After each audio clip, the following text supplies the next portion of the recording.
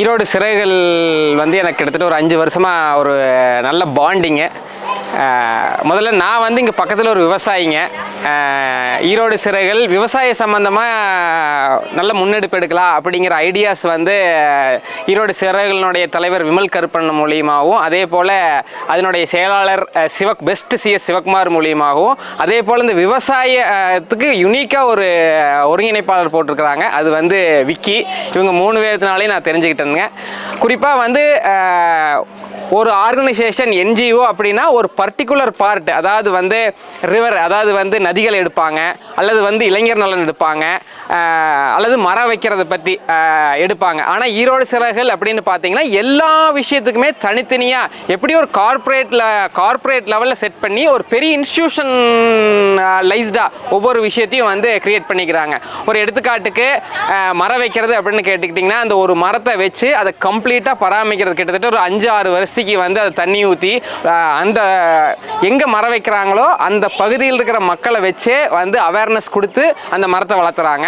அதே போல் இளைஞர்களில் வந்து ஒன்றிணைக்கிறது எப்படின்னு கேட்டிங்கன்னா, குறிப்பாக கல்லூரிகள்லையும் பள்ளிகள்லையும் போய் அவேர்னஸ் ப்ரோக்ராம் அவங்களை கிரியேட் பண்ணி ஒவ்வொரு இளைஞரும் ஒவ்வொரு மாணவரும் என்ன டேலண்ட் இருக்கிறான் அப்படிங்கிற அந்த டேலண்ட்டை கிராப் பண்ணி அதுக்கு தகுந்த மாதிரி ஒர்க்கை கொடுக்குறாங்க. அவன் மரம் வைக்க போகலாம், அல்லது வந்து சமுதாயத்தில் உணவளிக்க போகலாம், என்எஸ்எஸ் ஒர்க்கு, அதாவது வந்து கிளீனிங் எடுக்கலாம். அதே போல் ஏழை மக்களுக்கு உதவுறதாகட்டும், ஊனமுற்றோர்களுக்கு உதவுறதாகட்டும், சின்ன குழந்தைகளுக்கு, அதாவது வந்து அநாத குழந்தைகளை வந்து எஜுகேஷன் கொடுக்கறதாகட்டும் போன்ற பல விஷயங்களை வந்து முன்னெடுத்துக்கிட்டு இருக்கிறாங்க. இதில் வந்து அதே போல் இன்றைக்கி விவசாயம், இன்றைக்கி பார்த்தீங்கன்னா இன்றைக்கி நம்மளுடைய பாரதம் வந்து சுயசார்பு பாரதம் ஆகும்னா அதற்கு மிக முக்கியமான விஷயம் வந்து விவசாயம். அந்த விவசாயம் வந்து இந்த பகுதியில் மேம்படணும் அப்படிங்கிறதுக்காகவும் ஒரு பெரிய முயற்சிகள் எடுத்து இங்கே இருக்கிற விவசாயிகள், அதாவது வந்து இளைஞர்கள் ஐடி ஃபீல்டை நோக்கி போயிட்டாங்க.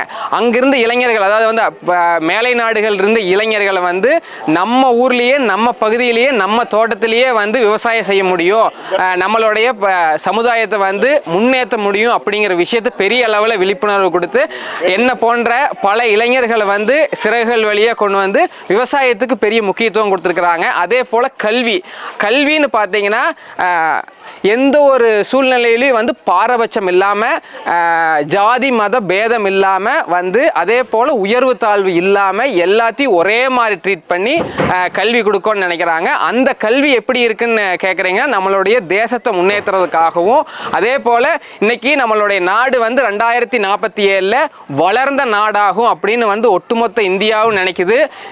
இந்திய அரசும் 47 நாம் வந்து வளர்ந்த பாரதம், டெவலப்டு இந்தியா ஆயிரும் அப்படிங்கிற விஷயத்தை வந்து விக்சித் பாரத் அப்படிங்கிற விஷயத்தை நோக்கி நம்மளுடைய இந்திய அரசாங்கம் போயிட்டு இருக்குது.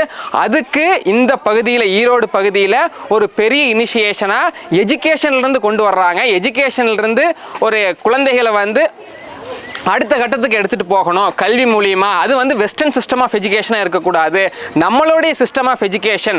குறிப்பாக வந்து நீங்கள் எல்லா டெக்னாலஜிலையுமே நமக்கு வந்து எஜுகேஷனில் நம்ம ஹீரோ தான். அதாவது வந்து தமிழ் லிட்ரேச்சர் எடுத்துக்கிட்டிங்கன்னா இன்ஜினியரிங் ஆகட்டும், லிட்ரேச்சர் ஆகட்டும், சயின்ஸ் ஆகட்டும், எல்லாத்துலேயுமே நாம் வந்து 4 ஃபாதர்ஸ் தான். அதில் எந்த மாற்று கருத்தும் இல்லை. அந்த விஷயங்களை வந்து ஒரு சிறு சிறு கதைகள் மூலியமாகவும், அதே போல் சின்ன சின்ன வீடியோக்கள் மூலியமாகவும் கொடுத்து அவேர்னஸ் ஏற்படுத்தி முதல்ல வந்து நம்ம ஊர் மேலே, நம்மளுடைய தாய் மொழி மேலே, நம்மளுடைய தாய் நாட்டு மேலே பற்று எப்படி கிரியேட் பண்ணுறது அப்படிங்கிறத வந்து குழந்தைகளுக்கு சொல்லித்தர்றாங்க.